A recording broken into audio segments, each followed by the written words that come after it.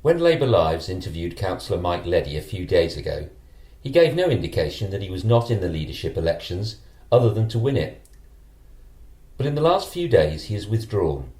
He now backs Cllr Penny Holbrook as the best candidate for leader of Birmingham City Council.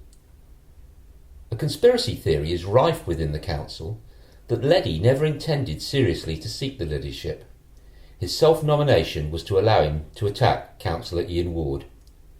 So here is an interview with Cllr Leddy.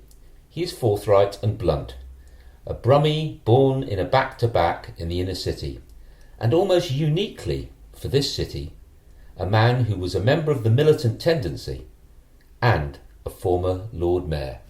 Why do you want to be the leader of the Labour group and therefore the leader of Birmingham City Council? A number of reasons. First of all, I think we've lost our way as a council. Said from the outset, I'm a people person, and we've lost our way.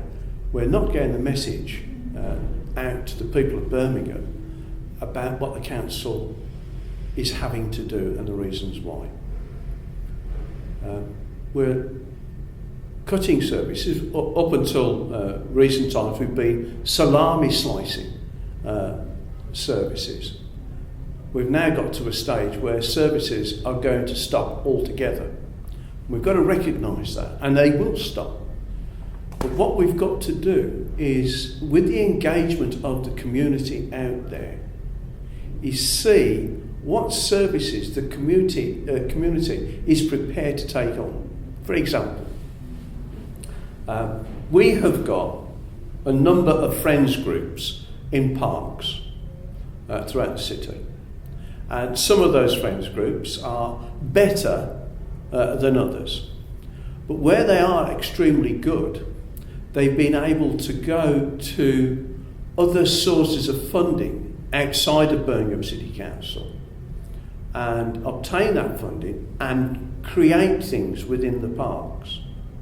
For instance, over in my own ward, Walker's Heath, it was a derelict playground. Playing fields, but it was left to go to rack and ruin. All we did was cut the grass to make sure it didn't get any taller than shin length. The group was set up. They've gone to Sports England. They've brought money in. They've recreated sports facilities for everyone and anyone that wants to work there. There's been a driving force, Leanne, who took charge of the Friends group. She's been driving it through and continues to drive it through, even though she's doing other things as well. If we were to replicate that in other parks and open spaces across the city, we can have some of the best parks, not just in the United Kingdom, not just in Europe, but throughout the world. We really can. But Birmingham City Council hasn't got the money to do it on its own. It can't do it.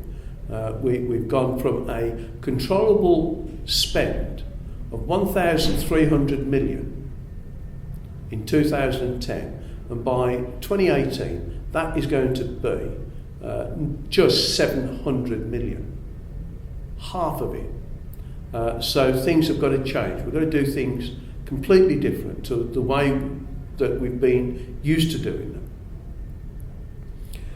We could do the same with libraries.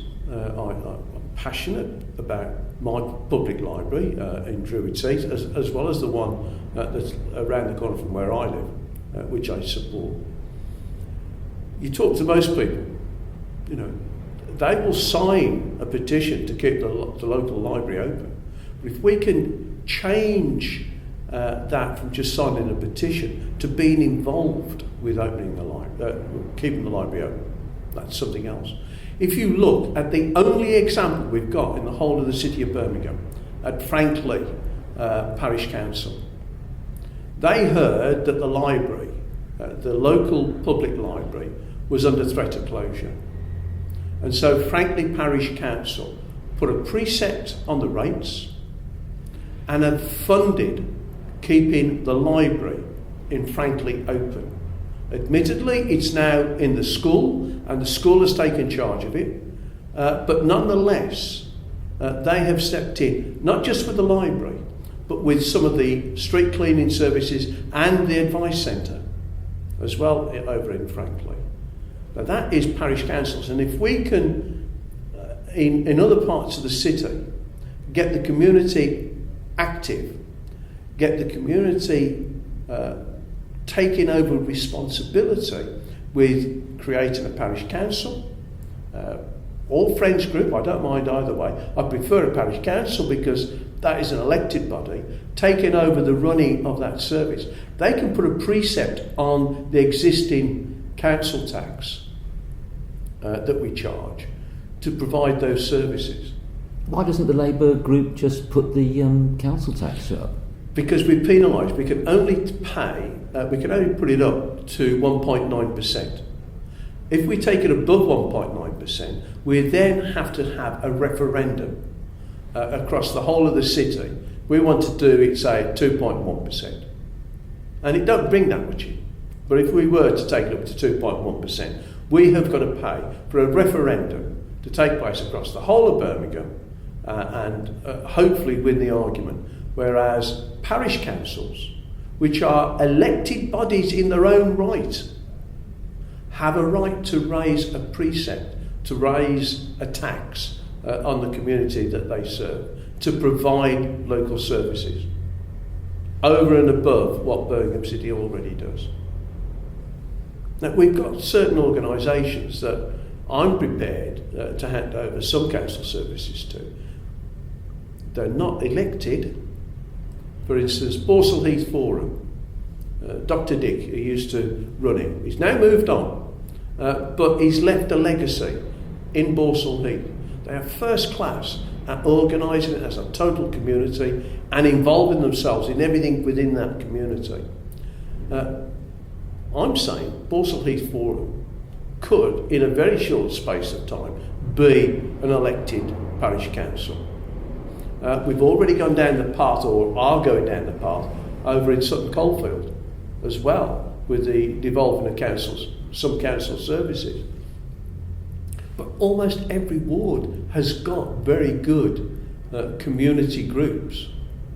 But Birmingham City Council has failed to engage with those community groups, to enable those community groups to do things and take things forward. And I think the time has come that we have to recognise that Birmingham City Council will no longer be providing this service, but the community can provide it. So is that the pitch to those 78 electors who are the Labour councillors who make the decision who will be the next Labour leader? So is that one of the main pitches, or what will you be saying to them in their hustings? It's not the main pitch. It is one of the key pitches that's going to be made. Change and the involvement of all councillors in decision making is the main pitch, because we've had a situation where 10 individuals have been running the council, changing things on the council, not engaging sufficiently with backbenchers, not informing backbenchers as well as they could do, or should do in real terms. And then we end up with fiascos like we had with the green waste. Green waste is just one of many fiascos we've had, where we say, we're going to start charging to take away the garden waste. Me personally, I haven't got a problem with charging to take away the garden waste. However, the way in which it was introduced, the way in which it was managed, and the fact that I didn't know about it, really gets me on my high horse. And that is just the tip of the iceberg about service cuts that you're not engaging. So we've got to get a situation where backbenchers are engaged with the executive, and vice versa. There was a time when executives were elected by backbenchers, and so the executive members spent almost as much time in the Labour members' rooms as they did in their offices, because they needed to rely on that electorate to get them through every year. Are you saying, as a former cabinet member or an elected one, in any event, that in terms of the green waste policy, you had no input at all as a Labour councillor? We had input in so much as it was brushed aside when we come to the debate on the budget that we had as a group and the cuts. It was mentioned, but the information wasn't forthcoming. I wasn't involved directly because I was Lord Mayor at the time, but even so, I was still on email. I didn't get an email to say this is what is actually happening, and neither did any backbench councillors. They were not aware of the true impact of the decision to approve for that particular budget portfolio. So where do you say the blame should lay for that? That's the executive. No arguments about it. It lies with the executive for not communicating to the then existing Labour group effectively enough, and certainly not communicating with the electorates out there, and we end up with dumped green waste on almost every street corner throughout Birmingham because it wasn't explained to the residents properly. It was just imposed and that was it. And situations like that must stop. We've got to wake up that people out there expect Birmingham City Council to get the basic services right. And if we're not getting the basic services right, and waste is one of them, we're not getting the basics right, how can a family with an elderly resident who is ill in hospital, but will come out of hospital soon, and Birmingham City Council are going to be saying, this is what is needed for your elderly relative. If we can't keep the streets clean, how is that family going to have confidence that we're going to be doing the right thing for their elderly resident? Worse still, if you have a family with a child with very complex needs, we'll say autism, how is that family with that child, are they going to have confidence that when we say as professionals in education that your child needs this and we are going to provide it and make sure all your child's needs are met, are they really going to have the confidence that what we say is what is needed and that we are going to meet that child's full needs? And these are questions you've got to keep asking yourself time and time again. If we can't get the basics right, how do we get the complicated stuff right? So let's assume you win on the 23rd of November. Are we going to be repealing that then? Are we going to go back to free collection of green waste as part of your leadership? No, we've got to move on. We've got to move on. But we've got to start saying, OK, how are we going to keep our streets litter-free? How are we going to make sure that if your rubbish is promised to be collected on a Friday, it's collected on a Friday. If your recyclable material is promised to be collected on a Friday, it's collected on a Friday. I started the wheelie bin in June this year.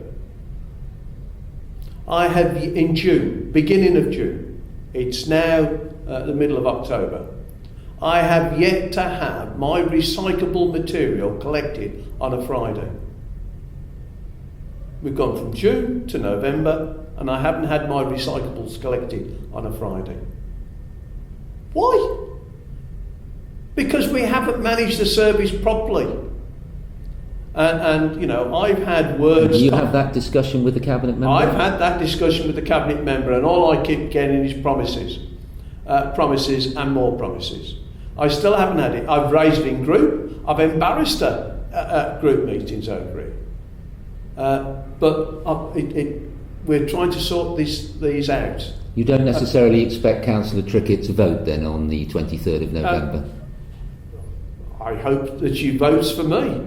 But the point is that she and others are making decisions that in the executive, and they're not being delivered. And in industry, with my background, if I was to say to a customer, of course you can have your braking controllers, but you'll have them when I give them to you, not when you want them. What's going to happen with that customer? That customer would go elsewhere. And we've got to treat our services exactly as you would with a private customer. If we say to you as a resident, your rubbish is going to be collected on a Friday and your recyclable is going to be collected on a Friday, it will be collected on a Friday.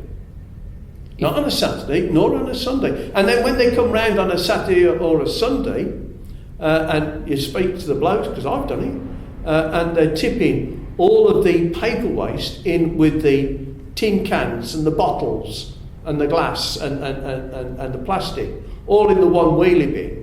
And you say, well, why are you mixing it? Oh, well, that's what we have to do at a weekend. And it all goes into the one bin, one compactor in the back. And you're thinking, every 2 weeks I go out of my way to keep my paper separate from all the glass, all the tins, all the plastics. And we're putting it all together. What is happening to that waste? Now, I haven't gone and investigated, but it would not surprise me if that is not properly recycled. Well, one of the things that does interest me is the fact that you obviously don't hold a position at the moment in the cabinet or hold a chairmanship of a scrutiny committee. You're going to go to your colleagues, these 78 voters, and say to them, well, under the new Leddy leadership, things have got to change. We've got to sharpen up our act. That's essentially what you're saying. Isn't the reality that it will be a bit of a revolution, won't it? On the 24th of November, Councillor Mike Leddy walks in. He's now the leader of the Labour group. On the 1st of December, he becomes the leader of the council by acclamation from his colleagues because they voted for him. Birmingham needs some stability, I've been told. What do you say to that? It's got to implement Cllr Leddy. The commissioners are around the corner waiting. Are the commissioners going to be happy to hear that Councillor Mike Leddy is the leader? Well, in terms of the leadership, man management is not that difficult to do properly. Setting targets. There are half the cabinet, in my opinion, are not doing a bad job, including Lisa Trickett, I might add. If Lisa was responsible personally for delivering, making sure all the bins are emptied, then so be it, but she's not. But it is within her portfolio, and I have raised the issues with her. But half the cabinet are doing an exceptionally good job, and I do mean an exceptionally good job. The other half are ticking over. And are you prepared to name who the ticking over people are? No. And do they know what your views are? Well, I've put out 7 missives, and they were called Food for Thought. And they were issues on subject headings on what I think should change. And the medium-long-term vision that this council should have. Now, I will say to you, I am not going to be the leader of the council in 2025. I have already stated that I am going to become an interim leader by December 2018, January 2019. It will be time for me to hang up my boots and say, thank you very much, Birmingham City Council Labour Group. I've led you, I've got you this far, which is beyond the May election in 2018. We're still in control of the council. You've now got another 3.5 years to put in place the vision for the next election in 2022. Because whilst the commissioners are one thing, the improvement panel is another, I reckon I am the person that can get us beyond that stage with the skills that I've got in terms of the management, in terms of doing what is required by the improvement panel and by Greg Clark. But the more important thing is 2018. And the reason why May 2018 is important is we've got an all-up election in 2018. And traditionally, in Birmingham, in an all-up election, Labour doesn't do well. In fact, it does very poorly. But we managed to get back over successive elections. But in 2018, there's no successive elections. It's 2018, then 2022 is the next election, and then 2026. So you're in for a 4-year period. We have got to win the election in 2018 without fail. Because if we don't win in 2018, with a Conservative government who are hell-bent on introducing far more right-wing monetary control of the economy, and with a Conservative-run city council, the people of Birmingham will be hit extremely hard, and services will be almost non-existent other than the mandatory services. I can guarantee you of that. So we've got to make sure that in 2018 we win the election. I am the only one of all the candidates that would deliver on that one. And you would be bringing back a committee system? Or voted in... No, in terms of the executive, I would bring back advisory teams for each member of the executive. So would you be appointing that executive? I will be appointing the executive, yes. So you'll continue with the present system? Well, it's part of the Labour Party rules that the executive is appointed by the leader. That is the rules, the national rules of the Labour Party. So I will be appointing the executive. We're working with then the Labour group officers. I will be working to have a team of advisors for each of the executive who will work on behalf of the executive member and liaise with backbenchers. We'll also go out and work on little task and finish jobs for the executive member, getting under the skin of the service that the executive member works for, and being able to say, you can't really do that because of, have you thought about? You can't do that, but you could do this instead. Because this is what is not happening. They haven't got the political nous, some of them. They haven't got the political wherefore that's required in that position. And it is difficult when you are a cabinet member. It's not an easy job. I know, I've done it. It is difficult.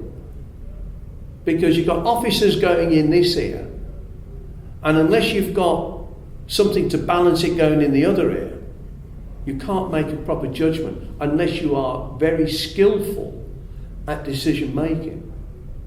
And presently, only a handful of executives, in my opinion, are skillful enough on decision making. Cllr Penny Holbrook, in an interview with Labour Live, says that she would keep the team exactly the same because there needs to be continuity at Birmingham City Council. What do you say to that? There is need for continuity. but where you have weak links, they have to be taken out. I'm sorry. It is a chain, and the weakest link is the biggest problem. There will need to be some changes, not major changes, but some changes within the executive. Could you set out a couple of the major changes that you would want to put in place? You've talked about the fact that you'll be selecting your own cabinet because that's the Labour rules at present, but you might be looking in the future, I get the impression, to change maybe the system in the future, after there has been a steadying of the ship, if I can put it that way. Let's just say we're moving forward. We're moving into the period of, say, February, March. You've got to implement a budget. You've already said that's the difficult thing. You've mentioned salami slicing. I take it that you're against the notion of salami slicing. The chief executive has said the time is no longer for salami slicing. I think Mark Rogers is right. I think we've gone as far as we can with salami slicing. We've now got to start thinking a little more deeper on what the vision of Birmingham City Council is going to be over the next 4, 5, 6 years, and how we're going to transition to that point. It will be a case that a number of services will no longer be performed by Birmingham City Council that have been performed. Like? Well, taking the wind from my sails here. Apologies. But there are services, and we've got to start saying who can best serve the whole community, rather than only Birmingham City Council can serve the whole community. Mentioned already public libraries.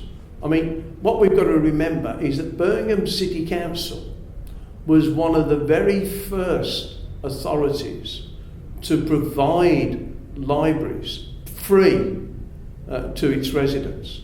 The old Unitarian Quaker aspect of civic life that we had throughout the mid-19th century. And in fact, Joe Chamberlain, we recognise him as, the father of Birmingham. But he's not quite worshipped, but recognised even in Chicago, because Chicago, their central library, their public library, burnt down, and we took every book that was possible, and we crated them all up into tea chests and shipped them over to Chicago, so that the residents over there had got a free library service with books provided by Birmingham City Council. Were you aware of that?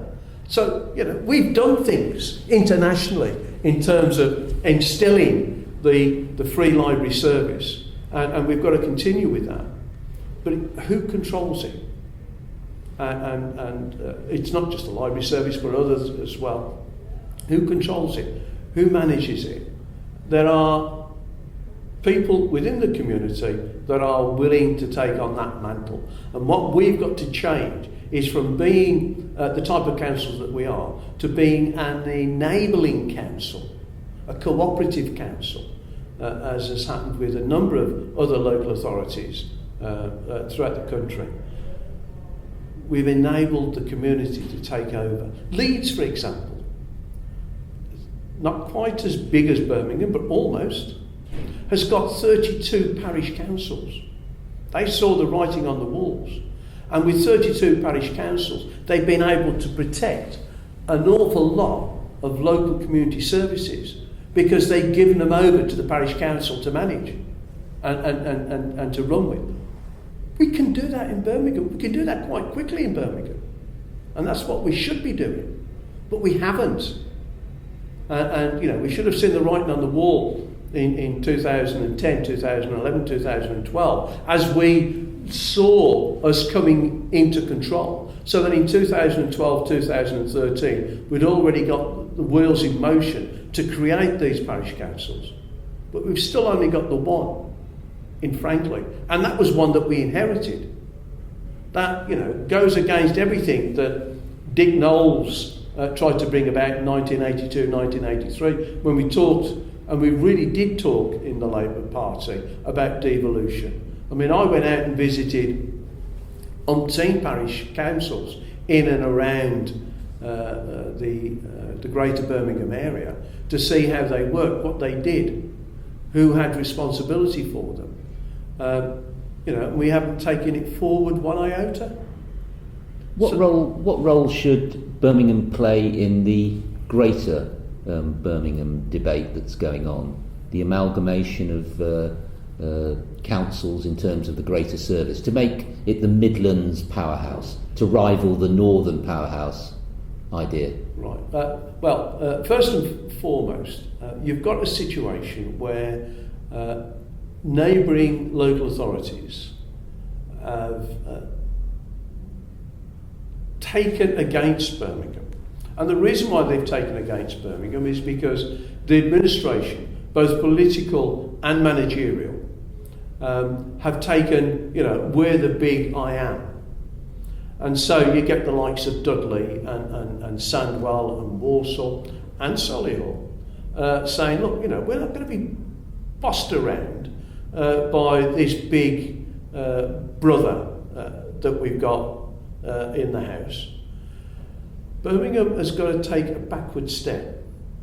It's got to be there. It should be there. It should be there to support. It should be there to encourage, but not necessarily lead. Let somebody else take that on. Let's show a bit of we're here to help and support rather than we know best, which is one of the big criticisms that Bob Kerslake put out in his report.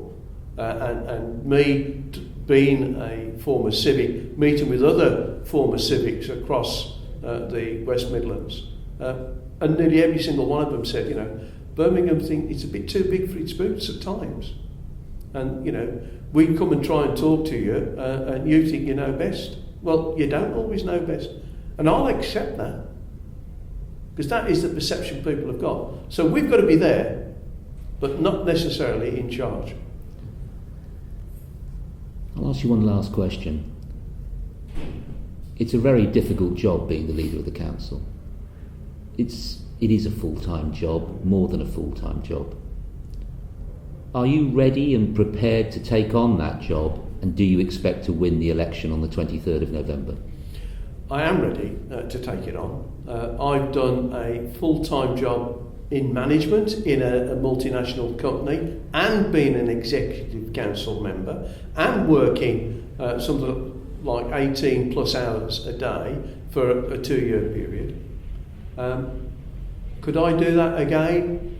I believe I could. I think I'm up for it. But I've also got the wherewithal to be able to delegate as well. I can do that. Am I up? Will I take it on? Yes. And I can't wait for November the 23rd when the Labour group clap me in as leader of the Birmingham Labour group, and hopefully on December the 1st, leader of Birmingham City Council. Councillor Mike Leddy, thank you for speaking to Labour Lives. Thank you.